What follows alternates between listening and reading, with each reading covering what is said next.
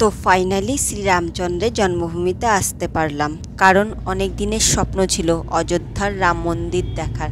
তো সেই স্বপ্নটা আজ পূরণ হলো। So hello everyone, the world in কিচেনে আপনাদের সকলকে জানাই স্বাগত। কয়েকদিন রান্নাঘর থেকে একটু বিরতি নিয়েছি, কারণ সামার ভ্যাকেশন তো পড়ে গেছে। আর এই সামার ভ্যাকেশনে আমরা কয়েকদিনের জন্য বাইরে যাচ্ছি, আর কোথায় কোথায় যাচ্ছি এবং কিভাবে যাচ্ছি সব কিছুই আপনাদের সঙ্গে শেয়ার করব। এই কার্টুনটাতে নিয়েছি খাবার। এখানে রয়েছে রান্নার সব সরঞ্জাম, আর এখানে রয়েছে বিস্কুট, ছাতু, মুড়ি, চা, কফি, চিনি, এইসব শুকনো খাবার। এটা হচ্ছে মানে আমার শাশুড়ি মায়ের ব্যাগ, আর এই ব্যাগটা তো আমি কিনেছি। তো এই ব্যাগটাতে আমাদের জামা কাপড়, আর এটা হলো আমার মেয়ের খাবারের ব্যাগ। এটা হাতের কাছে থাকবে, যখনই খেতে চাইবে বা খিদে পাবে তখনই ফট করে দিতে পারি, সেই জন্য এটা সবসময় আমি হাতের কাছে রাখি। আর এই ট্রলিটাতে নিয়েছি কিছু শীতের জামা কাপড়। একটু অবাক লাগছে না যে সামার ভ্যাকেশনে ঘুরতে যাচ্ছি অথচ শীতের জামা কাপড় নিয়ে? তো কোথায় যাচ্ছি, কিভাবে যাচ্ছি সেটা জানতে হলে অবশ্যই এই পুরো সিরিজটা আপনাদের দেখতে হবে। আশা করছি আপনাদের ভালো লাগবে। তো এই হচ্ছে আমাদের গাড়ি XUV 500, এটা নিয়েই যাওয়া হচ্ছে। তো এখন আমাদের গাড়িটাকে একটা ঘর বানানোর চেষ্টা চলছে, আর ঘরটা বানানোর পরে কেমন হয় সেটা আপনাদের অবশ্যই দেখাবো। এই গাড়িটা নিয়েই আমরা গত বছর গেছিলাম বাবাধাম, তারাপীঠ, দীঘা, পুরী। পাশের বাড়ির কাকিমা টাটা করছে। তো এখন বাজে সন্ধ্যে 7টা, আর এই সময় আমরা বাড়ি থেকে বেরোলাম। আর এটা হলো শিলিগুড়িতে প্রবেশ করার গেট। এটা নতুন হয়েছে। ঘড়িতে তখন 7:30, আর আমরা সেই সময় শিলিগুড়ি প্রবেশদ্বার ক্রস করলাম। অনেকটা পথ পেরিয়ে এসে প্রায় ঘড়িতে বাজে 11টা, সেই সময় একটা পেট্রোল পাম্পে দাঁড়িয়ে রাতের ডিনারটা করা হলো। আর ডিনারে ছিল পরোটা, আলুর তরকারি আর ডিম সেদ্ধ। গুড মর্নিং, এখন বাজে ভোর 5টা, আর এদিকে আমার হাজব্যান্ড হোল নাইট ড্রাইভ করেছে এবং এখনো পর্যন্ত ননস্টপ গাড়ি চালিয়েই যাচ্ছে। আর আমাদের যে সামনের সিটটা রয়েছে সেখানে আমরা যে সব জিনিস নিয়ে গেছিলাম, কার্টুন টার্টুন, সেগুলো রাখা হয়েছে। আর পেছনের জায়গাটাতে আমরা ঘুমিয়েছি। তো এইখানে মা ঘুমিয়েছে, তারপর মাঝখানে মেয়ে ঘুমিয়েছে, আর এই যে সাইডে এই জায়গাটা, এখানে আমি ঘুমিয়েছিলাম। আমরা পেছনে ঘুমাচ্ছিলাম, অথচ গাড়ি কিন্তু কন্টিনিউ চলছিল। তো এখন বাজে সকাল প্রায় 6টার মতো। তো এই সময় একটা জায়গাতে আমরা দাঁড়িয়েছিলাম চা খাওয়ার জন্য, কারণ ফ্লাক্সে গরম জল নিয়েছিলাম, আর সেই গরম জলটা একটা ঘটিতে দিয়ে তার মধ্যে চিনি আর চাপাতা দিয়ে ভিজিয়ে রেখেছিলাম কিছুক্ষণ। আর এইদিকে দেখুন গাছের উপরে একটা দাঁড়কাক রয়েছে। এখন কিন্তু সচরাচর দাঁড়কাক দেখা যায় না। আর আমরা যে জায়গাটাতে দাঁড়িয়েছিলাম সেই জায়গাটার ভিউটা একবার দেখুন, কতটা সুন্দর। আর এটা কিন্তু হাইওয়ের পাশে। তো যাই হোক, চাটা খাওয়ার পরে আবার আমাদের যে সামনের সিটের কার্টুনগুলো ছিল সেগুলোকে পেছনে আনা হলো, আর সামনের সিটে গিয়ে মা বসলো, তারপর গাড়িটাকে ছাড়া হলো। আর রাস্তার বিষয়ে কিছু জানতে হলে আমার হাজবেন্ডের একটি ইউটিউব চ্যানেল আছে एक्सप्लोरर नाहा বলে, তো সেটা ফলো করতে পারেন।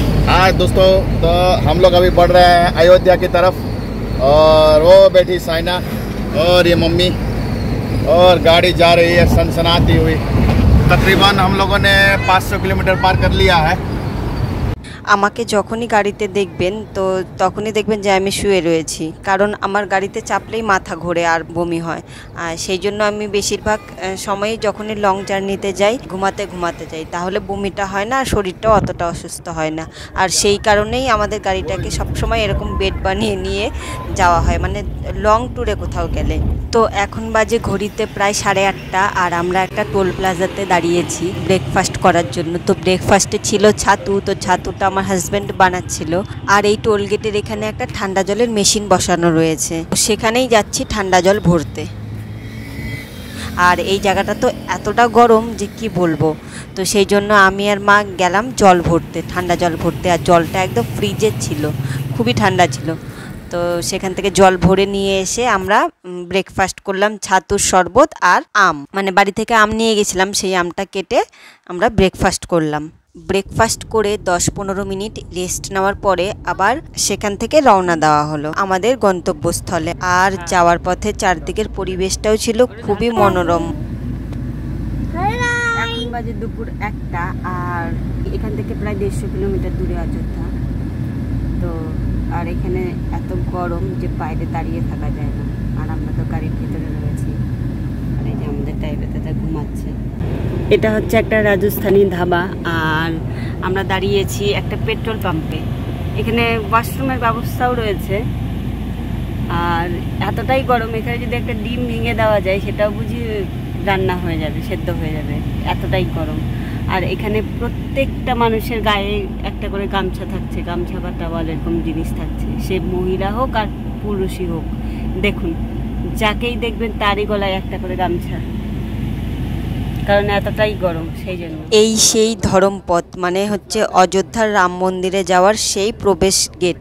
আসলে এটা হলো আমাদের অযোধ্যা থেকে বেরিয়ে যাওয়ার ভিডিওটা। তো এই পথ ধরেই কিন্তু অযোধ্যার রাম মন্দিরে প্রবেশ করতে হয়। আর এই সেই রাম মন্দিরে ঢোকার আগে মুখ্য প্রবেশদ্বার।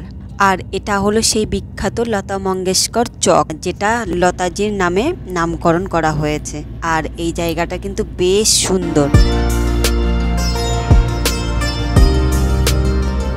আর এই যে বিনাটা রাখা রয়েছে, এখানে দাঁড়িয়ে অনেকেই ফটোগ্রাফি ভিডিওগ্রাফি করে। এখন বাজে দুপুর 3টে, আমরা অযোধ্যাতে পৌঁছে গেছি। তো এখন একটা হোটেলে উঠবো। তো আমরা সেই লতা মঙ্গেশকর চক থেকে মাত্র 5 মিনিটের হাঁটা পথে একটা হোটেল নিয়েছিলাম। হোটেলটা বেশ ভালো ছিল, পরিষ্কার পরিচ্ছন্ন। আর আমরা নিয়েছিলাম এসি রুম, আর টিভিটাও চলছিল বেশ ভালো। আর সেখানে কিন্তু এসি না হলে চলবে না, কারণ এতটাই গরম। हम लोग अभी खाना खाने जा रहे हैं, देखते हैं क्या खाते हैं।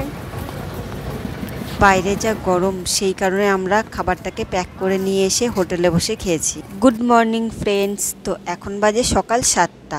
আর কালকে আমরা খাবারটাকে প্যাক করে নিয়ে এসে হোটেলে বসে খেয়ে স্নান টান করে একেবারে ঘুম দিয়েছিলাম বিকেল 4টা 4:30টার সময়। উঠেছি রাত 12টার সময়, তখন দেখি সব কিছু বন্ধ হয়ে গেছে। তারপর আর কি, আবার ঘুমিয়ে পড়েছি। তারপর আমরা কিভাবে মন্দির দর্শন করলাম সেই সব কিছু জানতে হলে কিন্তু অবশ্যই নেক্সট